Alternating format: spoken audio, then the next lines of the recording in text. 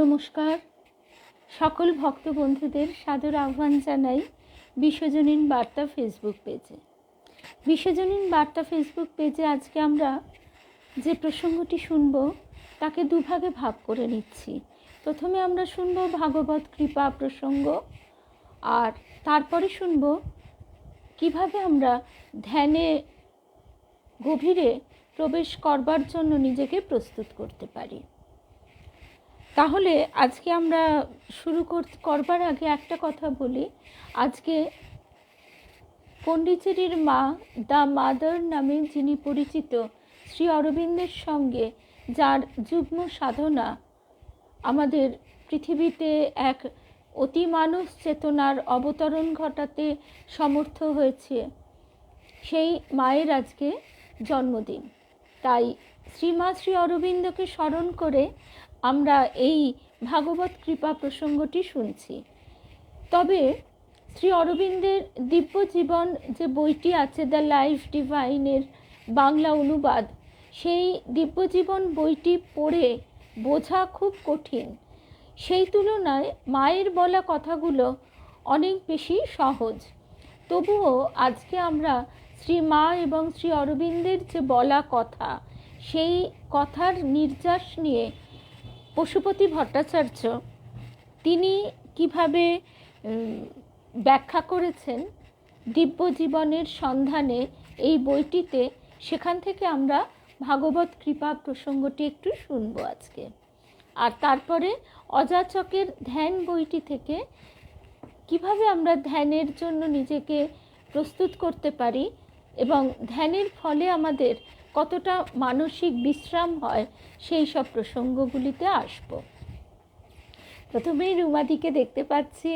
রুমাদি, শুভ্রাদি, আজকে দেখো আমাদের 5 বছরের যে দীর্ঘ পথ চলা তার কৃপাতে আজকে আমরা যে ভাগবত কৃপা শুনতে বসেছি, প্রথমেই তো সেটাই মনে হচ্ছে যে তার কৃপা ব্যতীত এই সময়ে এই মুহূর্তে আমরা এতগুলি মানুষ কি করে তার কথা শোনবার জন্য উন্মুখ হয়েছি। তিনি যদি না আকর্ষণ করতেন এটা হতে পারত না। কত মানুষকে এই মুহূর্তে কত কঠিন পরিস্থিতির মধ্যে দিয়ে চলতে হচ্ছে, তার কথা যে মুহূর্তে যখনই চিন্তার কথা ভাবি তখনই এই কথাটাই প্রথম মনে হয়। শুভ সন্ধ্যা শ্রেয়া, মিনুদি, নয়নতারা, রূপা, শুভ সন্ধ্যা। ঠাকুর মায়ের শ্রী চরণে সাষ্টাঙ্গ প্রণাম নিবেদন করে শ্রী গুরুকে স্মরণ করে আমরা শুরু করছি তাহলে আজকের প্রসঙ্গ।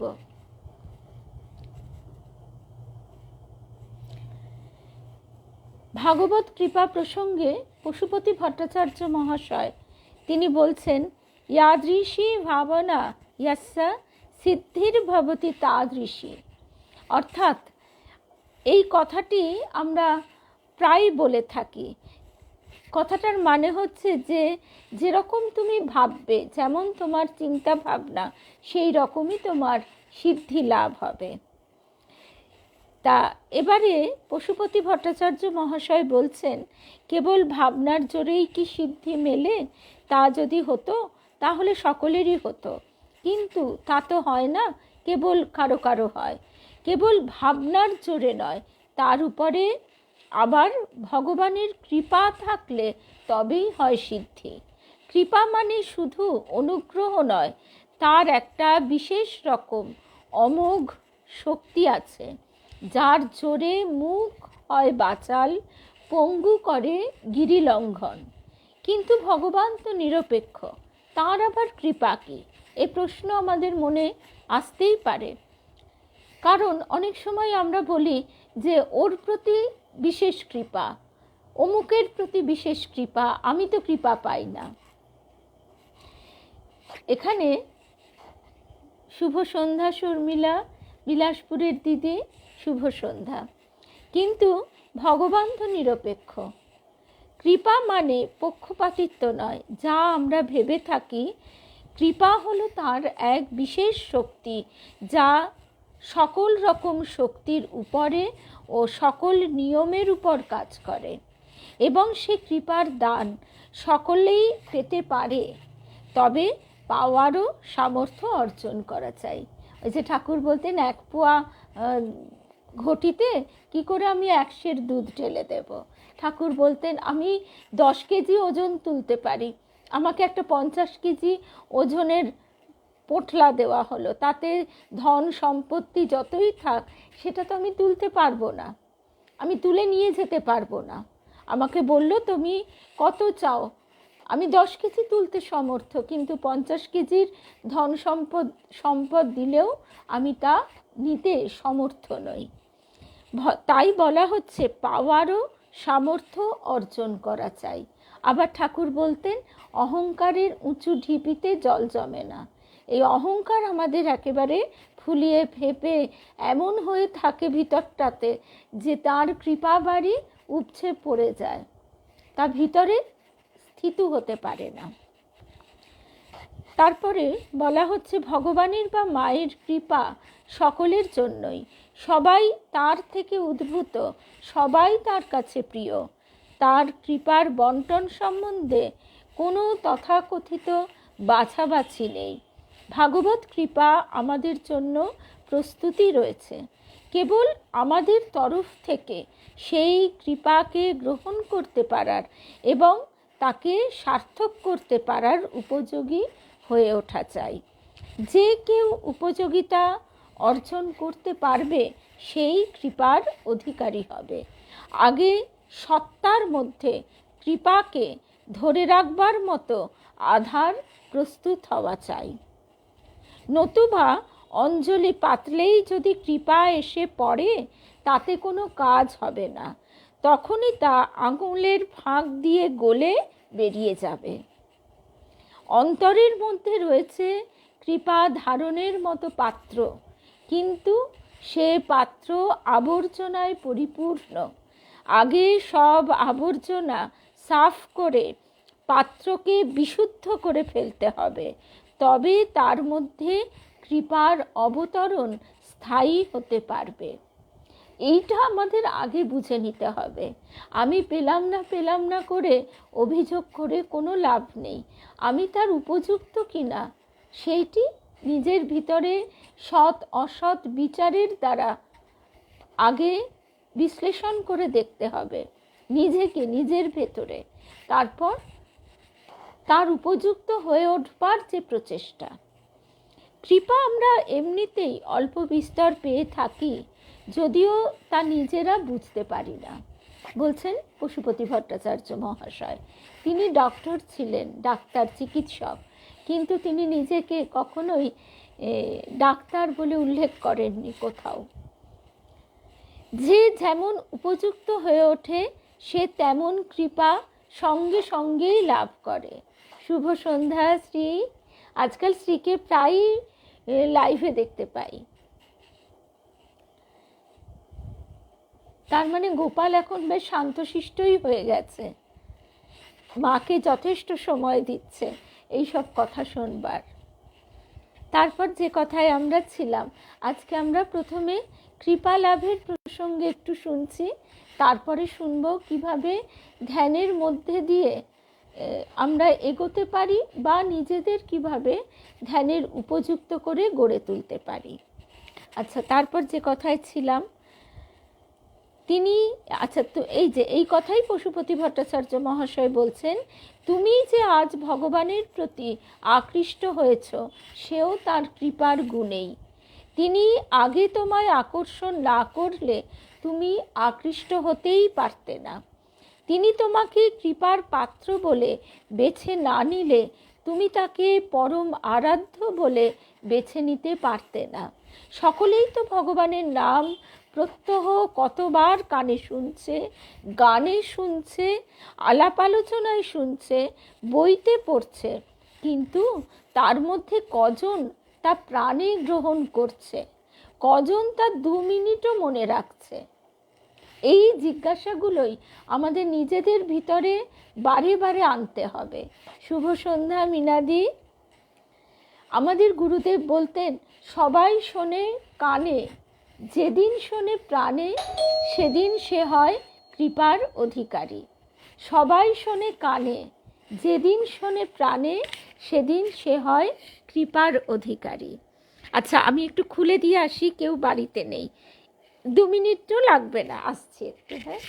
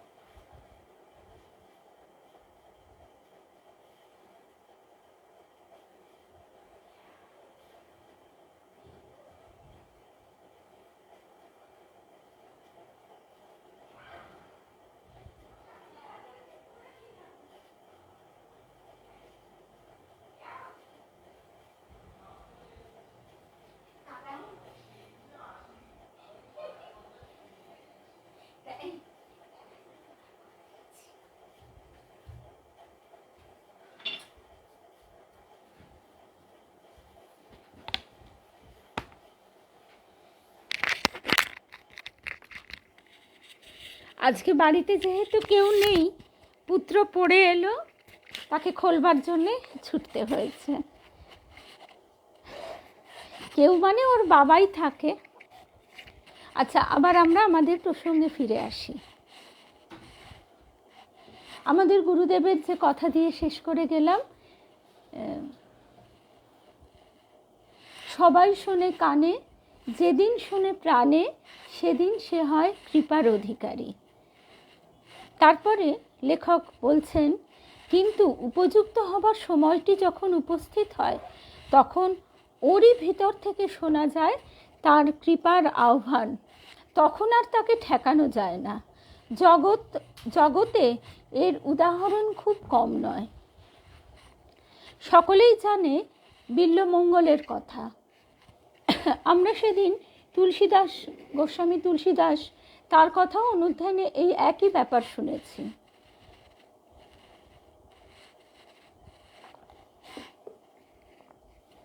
শুভ সন্ধ্যা অনিতা। যে তিনিও তার স্ত্রীর প্রতি এতটাই অনুরক্ত ছিলেন যে স্ত্রী অতিষ্ঠ হয়ে উঠছিলেন।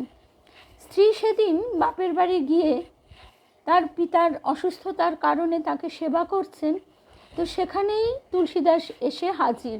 সেদিন কটু বাক্য, রূঢ় বাক্য বলেছিলেন তুলসীদাসের স্ত্রী। সেইটি তিনি সহ্য করতে না পেরে সেই যে বেরিয়ে পড়লেন।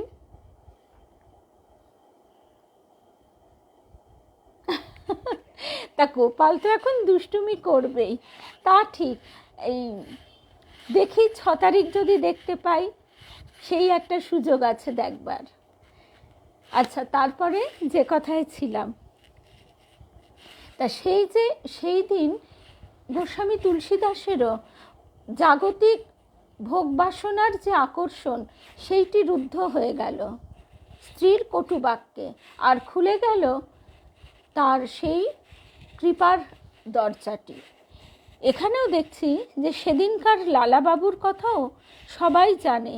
কার মুখের কি একটা সামান্য কথা থেকেই তিনি আহ্বান পেয়ে গেলেন, বিস্তীর্ণ জমিদারি ছেড়ে তখনই ভগবানের খোঁজে বেরিয়ে পড়লেন।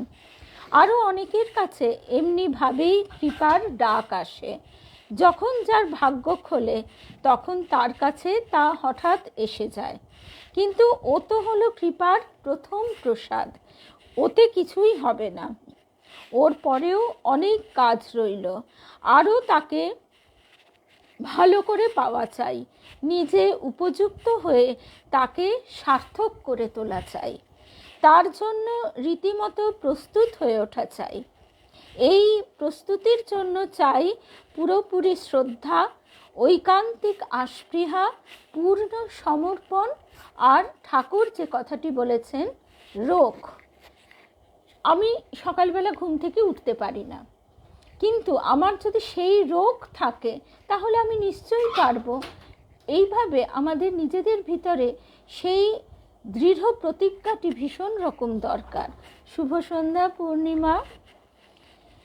এই প্রস্তুতির জন্য চাই পুরোপুরি শ্রদ্ধা, ঐকান্তিক আস্পৃহা, পূর্ণ সমর্পণ ও দৃঢ় প্রতিজ্ঞা। পুরোপুরি কৃপা কেবল চাইলেই হবে না, তার জন্য ভিতরে ভিতরে প্রস্তুত হয়ে উঠতে হবে। এই প্রস্তুতির পাকা অবস্থাকে শ্রী অরবিন্দ বলেছেন স্টেট অফ গ্রেস। এই অবস্থাটি না এলে কারো মধ্যে কৃপার প্রত্যক্ষ ক্রিয়া হতে পারে না। এই প্রস্তুতির অবস্থাতে উপনীত হলে তখন কৃপা না চাইলেও অযাচিতভাবেই তা এসে তার কাজ শুরু করে দেবে। অর্থাৎ সে হয়তো ভাবতে লাগলো যে সে তার পুরুষকারের মাধ্যমে এগিয়ে চলেছে, কিন্তু একেবারে শেষ পর্যায়ে গিয়ে সে অনুভব করতে পারবে যে এসব কিছুই কিছু নয়, একমাত্র তার কৃপাই তাকে টেনে নিয়ে এসেছে এতটা পথ। যারা কৃপার কোনরূপ, শুভ সন্ধ্যা লক্ষ্মী, যারা কৃপার কোনরূপ প্রত্যাশা না নিয়েই কেবল নিজের শক্তিতে সাধনা করে, প্রস্তুতির অবস্থা এলে তখন মায়ের কৃপা অজ্ঞাতসারে ও অযাচিতভাবে এসে তাদেরও সেই চেষ্টাকে অনায়াসে সফল করে দেয়। মায়ের কৃপা মানেই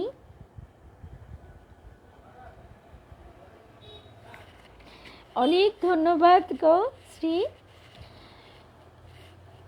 আর যারা মায়ের কৃপা মানেই ভগবানেরই কৃপা, সুতরাং প্রত্যক্ষ ফল তার অনিবার্য।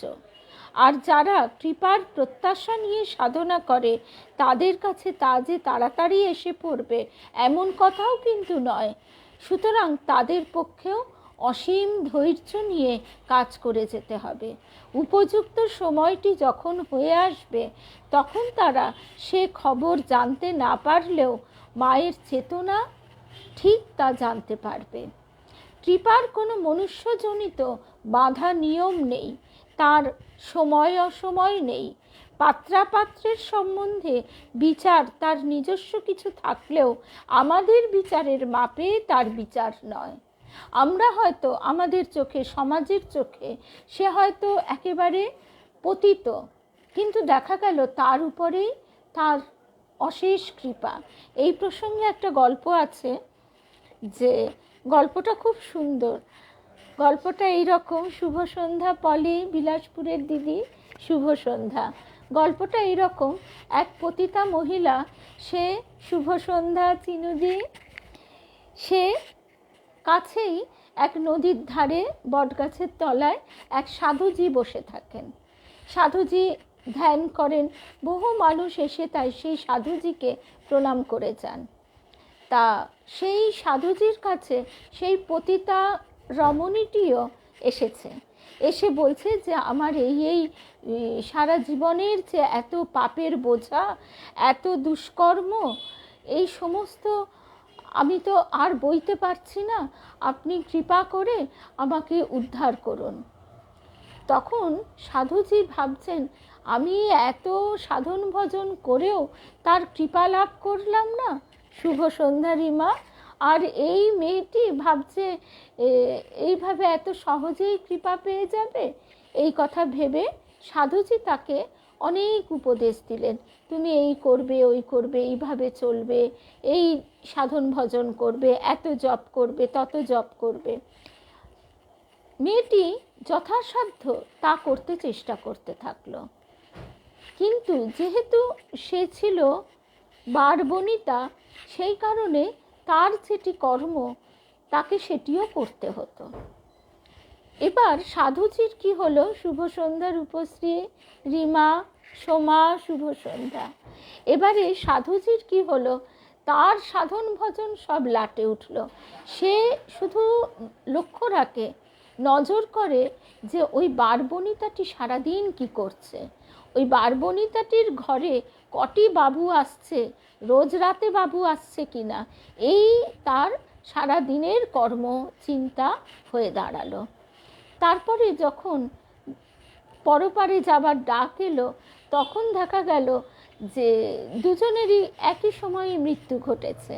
তখন কি হলো, সেই বারবণিতাটি তাকে স্বর্গের পথে নিয়ে যাওয়া, তাকে স্বর্গের পথে নিয়ে যাওয়ার জন্য দেবদূতরা এসে হাজির, আর সাধুজির জন্য দাঁড়িয়ে আছে সব যমদূতেরা। তো সাধুজি বলছেন, এই কি ব্যাপার, ভুল হচ্ছে, আমি তো সাধু, আমি তো সারা জীবন এত তপস্যা করে কাটাচ্ছি, তোমরা ভুল করেছো, তোমাদের মনে হয় ওই দিকে যেতে হবে। আর এই বলতে বলতেই অবাক হয়ে সেই বারবণিতাটিতে একেবারে মানে ঈশ্বরের নামে চিন্তায় বিভোর হয়ে, মানে তার মৃত্যুর পর তার যে সূক্ষ্মদেহ, সে বিভোর হয়ে একেবারে আরও হরিনাম হরি চিন্তা করছে। তখন যমদূতেরা বলছে, বাবা তোমার কিচ্ছু ভুল হয়নি, তুমি সারা সেই থেকে, সেই যে কবে তোমার কাছে কৃপা প্রার্থনা করেছিল সেই থেকে তোমার তো দিনরাত্রির ওই মেয়েটির চিন্তাতে কেটেছে, ঠিক কি না বলো? তার ঘরে কে এলো, রাতে কে এলো, দিনে কে এলো, সে সারাদিন কি করছে, এই চিন্তা করে করে তো তোমার দিন কেটেছে। আর সে যে কাজের, তার যে সংস্কার, তার যে কর্ম কারণে সে যেখানে জন্মেছে সেই কাজ সে করে গেছে, কিন্তু তার মনটি থেকেছে হরি পাদপদ্মে।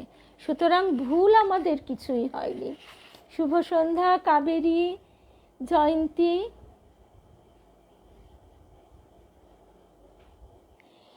এটা বিল্বমঙ্গলের গল্প নয়, এই গল্পটা সম্ভবত স্বামীজিরই বলা গল্প। আমি কোথায় পড়েছি আমার এখন আর মনে নেই, কিন্তু গল্পের যে মেসেজটা, এইটি মূল কথা। এই রকম তো গল্প ঠাকুরও বলেছেন। আর গোস্বামী তুলসীদাসের যে অনুধ্যানটি আমরা শুনছি চিনুদি, সেই একই রকম বিল্বমঙ্গলের ক্ষেত্রেও, তবে তার ঘটনাগুলো আরও নাটকীয় ছিল। আর গোস্বামী তুলসীদাস তার স্ত্রীর ওই রূঢ় বাক্যে, তার প্রত্যাখ্যানেই সে তার শ্বশুরবাড়ি থেকে সোজা চলে গিয়েছিল সাধন ভজনের দিকে। শুভ সন্ধ্যা জয়ন্তীদি, কাবেরী শুভ সন্ধ্যা। তো এইভাবে ঠাকুরও কিন্তু এইরকম গল্প বলেছেন যে দুই বন্ধু যেতে যেতে, এক বন্ধু আলোচনা করছে, এক বন্ধু বলছে সে যাবে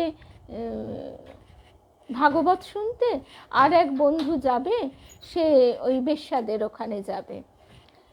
তা যে ভাগবত শুনতে যাবে সে ভাগবত পাঠের ওখানে বসে বসে ভাবতে লাগলো যে আমি এইভাবে নিজের জীবনটাকে এতটা সময় এইভাবে নয়ছয় করলাম, আর সে আমার বন্ধুটি, সে কিনা কি সুন্দর ভাগবত কথা শুনছে, ঈশ্বরীয় প্রসঙ্গ শুনছে।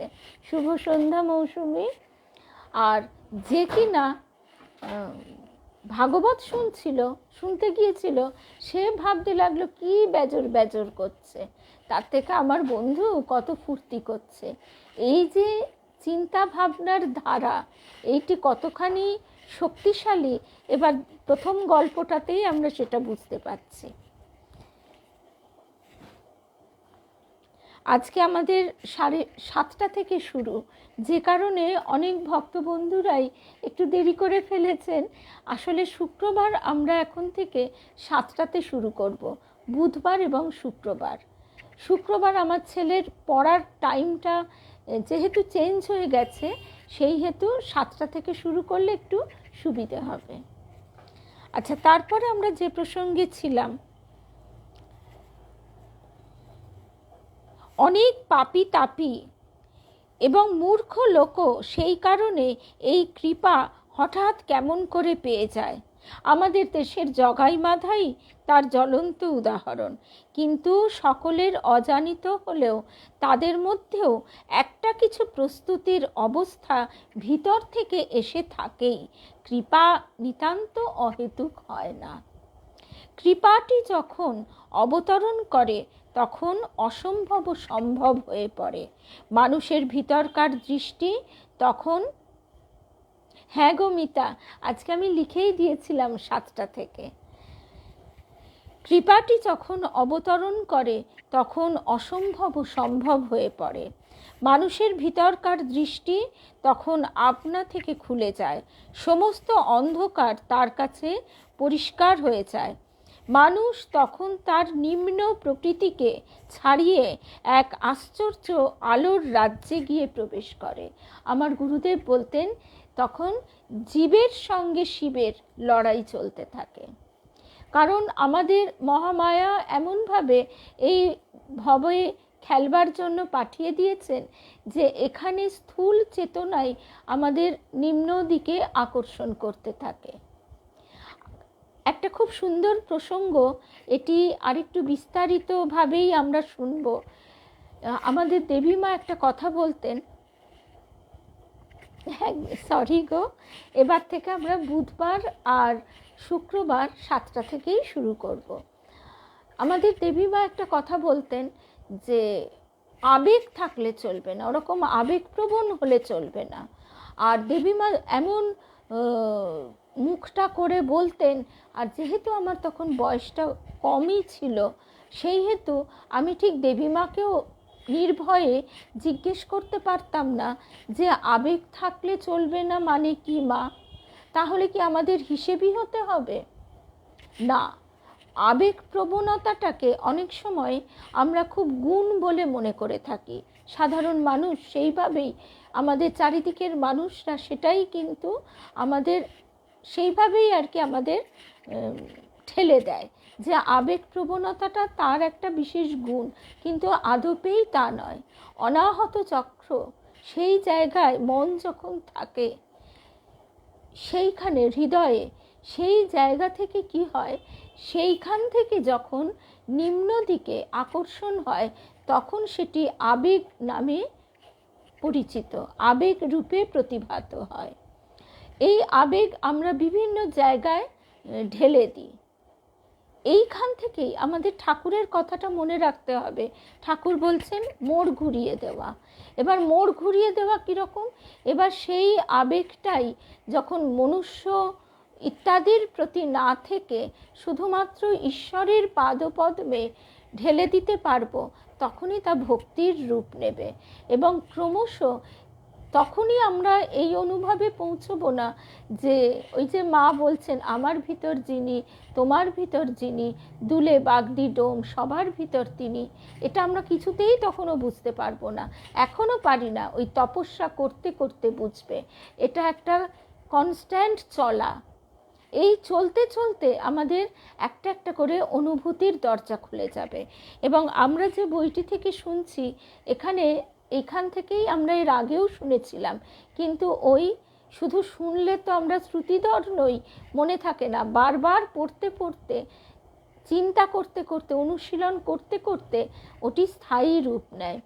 সেখানে বলা হচ্ছে অনুভূতি এবং উপলব্ধির মধ্যে বেশ খানিকটা তফাৎ আছে, বলা যায় বিস্তর ফারাক।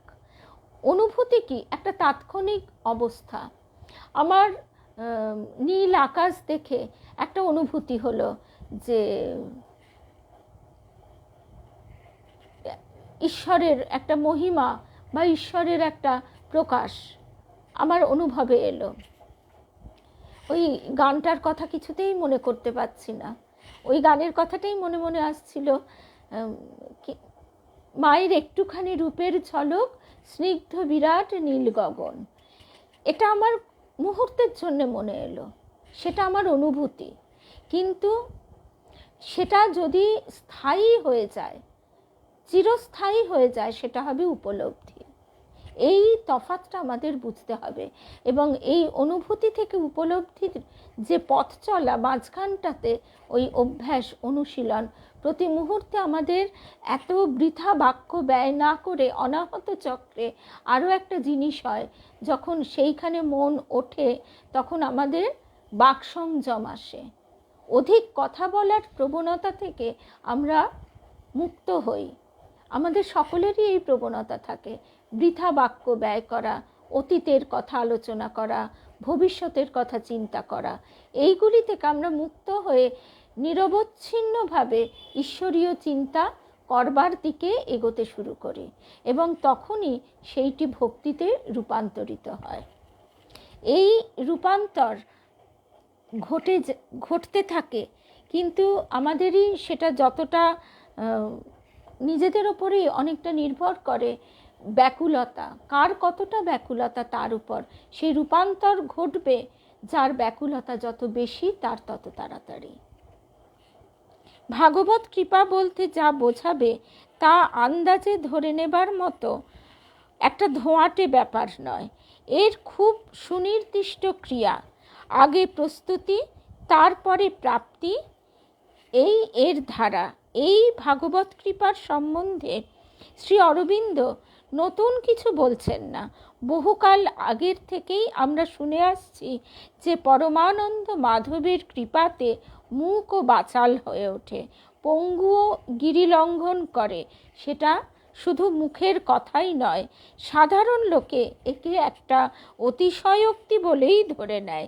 বলে যে অবিশ্বাসীর মনে বিশ্বাস আনবার পক্ষে আর বিশ্বাসীর মনে উৎসাহ আনবার পক্ষে এ একটা স্তোক বাক্য মাত্র।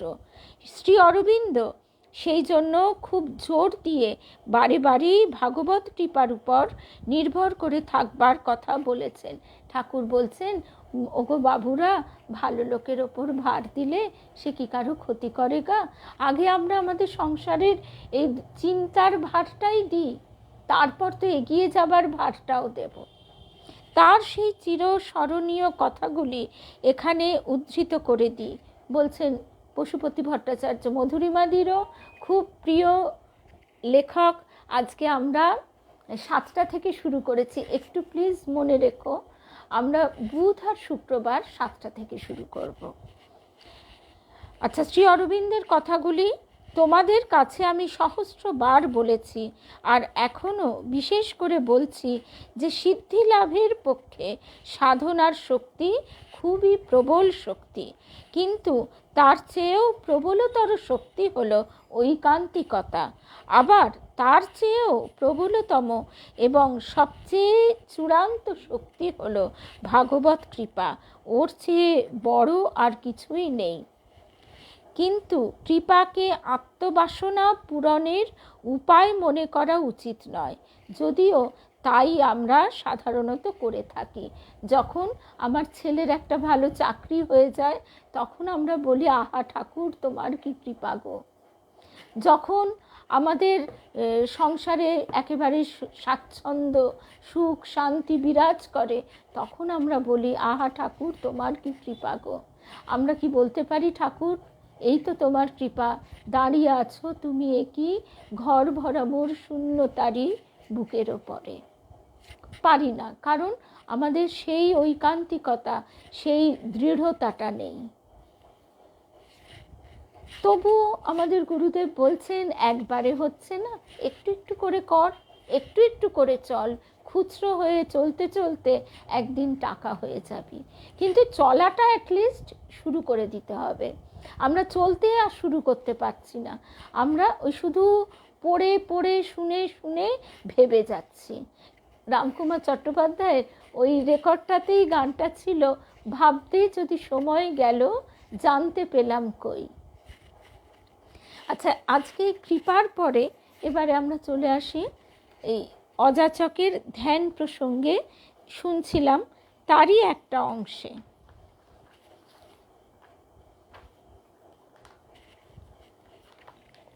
অযাচক লিখছেন, বহুকালের পচা এঁদো পুকুর সংস্কার করতে নামলে অনেক ভুরভুরি ও ময়লা বার হবেই।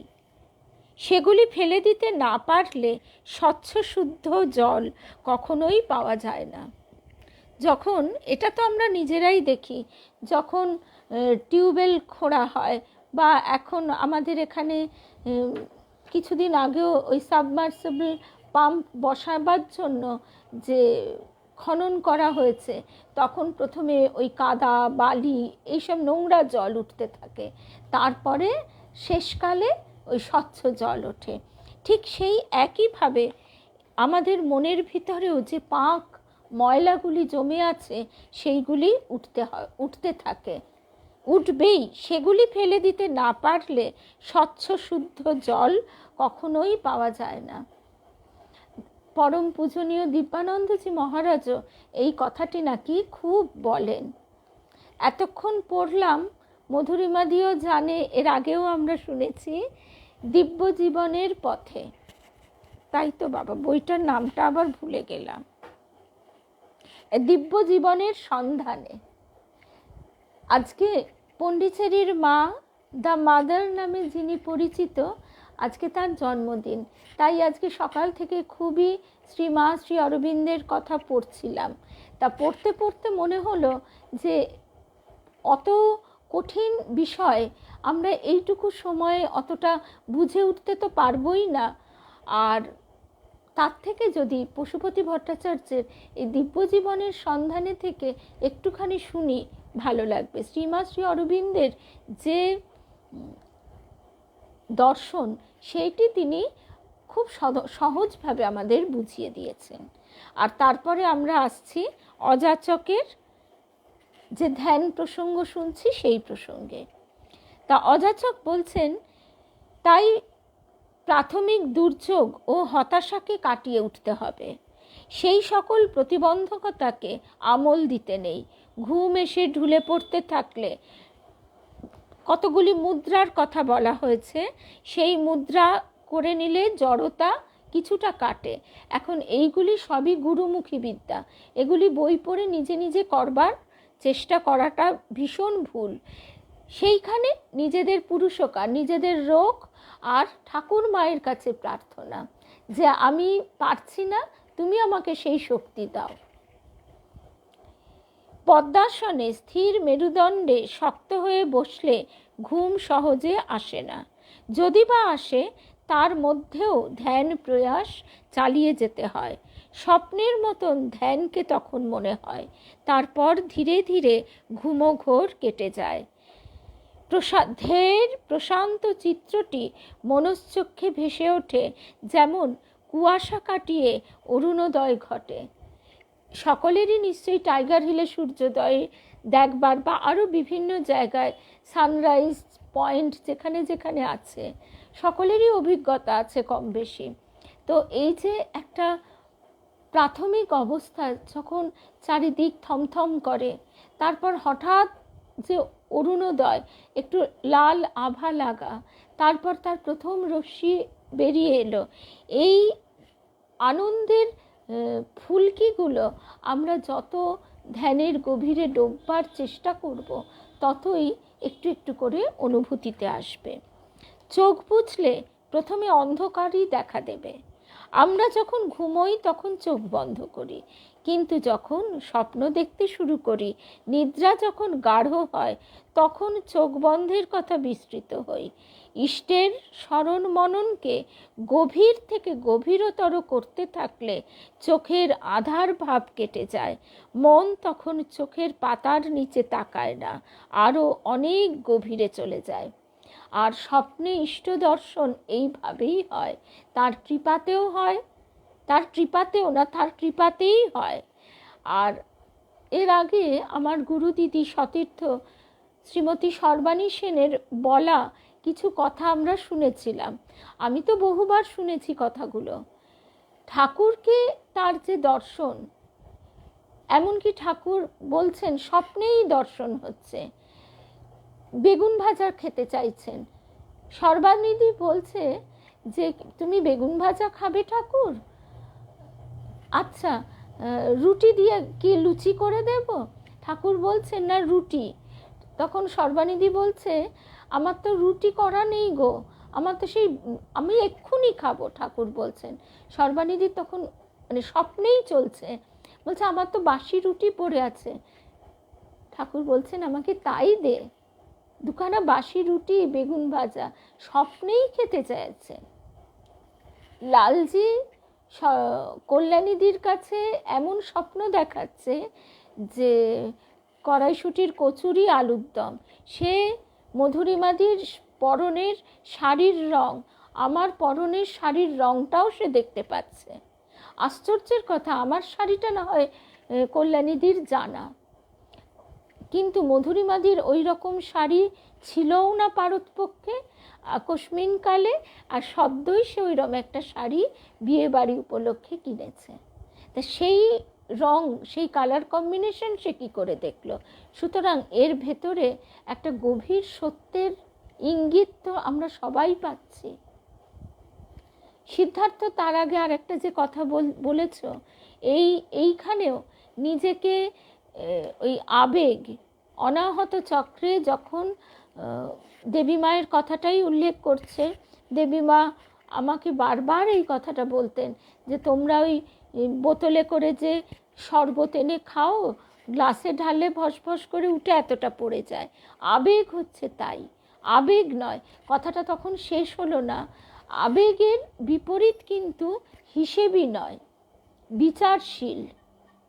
আবেগের বিপরীত হচ্ছে, আমরা চট করে তখন আমার স্বল্প বোধে আমি এটাই ভেবেছিলাম যে তাহলে কি হিসেবই হতে হবে, কিন্তু দেবীমাকে জিজ্ঞাসা করাটা সাহসে কুলোয়নি। কিন্তু গুরুদেব বলেছেন যে শেষে মনই গুরু হবে, কারণ গুরুদেব একদিন বলেছিলেন যে তিনি থাকবেন না। তখন ওই যে হয়, যখন বর্তমানে আমরা থাকি, আমরা ভাবতেও পারি না এমন দিনও আসবে যে এখন যারা আছে তারা থাকবে না। গুরুদেব থাকবে না অর্থে বলতে চেয়েছিলেন কিভাবে, কি বিষয় সেটা আমি বুঝিনি, অন্তত দেহে তো থাকবেন না। আমাকে ডাক্তার ওষুধ দিলেও আমি গিয়ে জিজ্ঞেস করতাম এই ওষুধটা খাবো কি না। তো সেই গুরুদেব আমি তখন কাঁদো কাঁদো হয়ে বলছি তাহলে কি হবে গুরুদেব? গুরুদেব বললেন মনই তখন গুরু হবে। তা এই শুদ্ধ মন তিনি কৃপা করে, ওই যে বলতেন তোদের মনের ঘরে আমি ঝাড় দিই, তিনি যতটুকু এনে দিয়েছেন তার থেকে এই বোধে উপনীত হওয়া গেছে যে তার মানে আবেগের বিপরীত হিসেবই নয়, বিচারশীল হওয়া এবং প্রতি মুহূর্তে সৎ অসৎ বিচার করা। আবেগাপ্লুত হয়ে একটা কোনো কাজ করে ফেলাটার মধ্যে কোনো বাহাদুরি নেই। প্রতিনিয়ত বিচার করে, চিন্তা ভাবনার করে, তাকে স্মরণ করে, সমর্পণ করে পথ চলাটাই হচ্ছে শ্রেয়। ওই জন্যই সৎ অসৎ বিচার জীবনের শ্বাসে প্রশ্বাসে চলবে। শুভ সন্ধ্যা রূপা, ছন্দা, শুভ সন্ধ্যা। রূপা আজকে অনেক পরে। শুভ সন্ধ্যা সঙ্গীতা। আমরা একদমই শেষ পর্যায়ে এসে গেছি। তো তারপরে বলছেন অযাচক, চোখ দুটি তো মনের অন্তঃপুরের বাইরের দুয়ার মাত্র। কি সুন্দর কথা! চোখ দুটি তো মনের অন্তঃপুরের বাইরের দুয়ার মাত্র। বাইরের দুয়ার বন্ধ করে দেহি ভিতরের অন্তঃপুরে চলে যান, সেখানে কত কিছু করেন, কত আনন্দ উপভোগ করেন, তখন তার বাইরের দুয়ারের কথা মনেই থাকে না। আমরা যদি লীলা অনুধ্যান করি তাহলে কি হয়, আমাদের মনে চোখের ওপর দিয়ে একেবারে ছবির মতো চলতে থাকে। তখন যদি একটা মানুষ এসে ঘরে বসে কিছুক্ষণ পর উঠে চলেও যায়, হয়তো দেখা গেল যে আমাদের সে হুঁশই হলো না। অর্থাৎ তখন ওই মনের চোখটা খুলতে শুরু করেছে। অন্তর্লোকের বিরাট সাম্রাজ্যে তিনি বিচরণ করেন। ঘুমের ঘোরে যেমন আমরা স্বপ্ন দেখি, ধ্যান যোগে সচেতনভাবে আমরা তেমন অন্তর্লোকের বিবিধ ঐশ্বর্য ও রহস্য প্রত্যক্ষ করি। চিত্তের সেই মণিকোঠায় জ্যোতির্ময় তনু পরমেশ্বর রত্নময় আলোকিত। সেই আলোর প্রবাহ আনন্দের ফোয়ারা ছুটিয়ে দেয়। সারা দেহ মন প্রাণ তারই হিল্লোলে পুলকিত ও নন্দিত হতে থাকে। তুমি আমার প্রোফাইলে এসে না সঙ্গীতা, ওইখান থেকে টাচ করবে ব্লু লাইনটা, তাহলে চট করে পেয়ে যাবে। আমি ওই জন্য লিঙ্কটা তো দিয়ে রাখি। আচ্ছা, তা এইখানেই আমরা রামলাল দাদার কথা মনে করতে পারি। শ্রী রামকৃষ্ণকে যে রূপ দেখিয়াছি, সেখানে বলছেন ঠাকুর যেদিন ওই 1 জানুয়ারি কল্পতরুর দিন সবাইকে ছুঁয়ে দিলেন, রামলাল দাদাকেও ছুঁয়ে দিয়েছেন। তো রামলাল দাদা বলছেন যে এতদিন আমার ইষ্ট দেবতার সে যেন একটুখানি দেখতে পেতাম, যদি চরণ দেখলাম তো মুখ দেখলাম না, মুখ দেখলাম তো চরণ দেখলাম না। কিন্তু সেদিন রাজেশ্বরী রূপে একেবারে সর্বাঙ্গ বিভূষিতা, একেবারে ঝলমল ঝলমল করে হৃদপদ্মে যেন নড়ে চড়ে বেড়াতে লাগলো। কিন্তু এইটা যেন আমরা, এটা তো আমাদের একদিনে হবে না, হয়তো সারা জন্মটাই চলে গেল। তো সেই জন্য ওই আবেগকে যেন আমরা কখনোই প্রশ্রয় না দিই, আবেগ তাড়িত হয়ে সামান্য কিছু একটু অনুভূতিকেই যেন বলে না বেড়াই। এই সঞ্চয় যখন একটু একটু করে অনেক হয়, তখন হয়তো এক আধটা প্রকাশ পেয়ে যায়। যত গুপ্ত তত পোক্ত, শ্রী মা বলতেন। যে একবার ক্ষণিকের তরেও এই আলোর স্বাদ, এই রূপের স্বাদ, এই আনন্দের স্বাদ আস্বাদন করতে পারে, সে বিশ্ব জগতের আর অন্য কিছু চায় না। অন্তর্লোকের সেই নিভৃত প্রকোষ্ঠেই ডুবে থাকতে সে ভালোবাসে। সেইভাবেই বিভোর ও আত্মহারা হয়ে যায়। পার্থিব যত নেশা আছে সেই সকলের থেকে ধ্যানাবেশের এই আমেজ অধিকতর প্রত্যক্ষ, প্রগাঢ়, সুখকর ও আনন্দময়। এটি হলো যেন 6টি দেউড়ি পেরিয়ে সপ্তভূমিচক্রে সমুজ্জ্বল মূর্তি শ্রী জগন্নাথ দর্শন। আমাদের তো এটা হয় না, কিন্তু না হলেও ওই ঠাকুর যে বলছেন যত কাছে এগিয়ে যাওয়া যায় সমুদ্রের, তত ঠান্ডা বাতাস গায়ে লাগতে থাকে। ভিতরে যখন এসব ঘটতে থাকে, তখন বাইরেও জ্যোতি দর্শন, ঘণ্টাধ্বনি শ্রবণ, দেবমূর্তি সাক্ষাৎকার ইত্যাদি হতে থাকে। দূরশ্রবণ, অন্তর্চামিত্ব ইত্যাদি বিভূতি লাভ হয়। এগুলি তার প্রসাদ লাভের ইঙ্গিত বা সূচক মাত্র। এগুলির যে কোনো একটিকে ভাঙিয়ে পুরুষানুক্রমে সুন্দর ব্যবসা চালানো যায়, এবং অনেকে চালানো, কিন্তু তারা দুর্ভাগা, কারণ পথ পেয়েও গন্তব্যের দিকে না গিয়ে কিছু দূরে এগিয়ে তারা ঘর বাঁধেন, আসল লক্ষ্য বিস্মৃত হন। অনন্তের অভিসারী এভাবে শান্ত সংকীর্ণ আবর্তে আবর্তিত হতে থাকেন, হতে হতে পঙ্কিলতার স্তূপে পরিণত হন। আজকে তাহলে আমরা এই অবধি শুনলাম। এর ফলে অন্তত এর ফলে যদি আমাদের ভিতর ধ্যান স্পৃহা জেগে ওঠে, সেটাই আমাদের পরম প্রাপ্তি।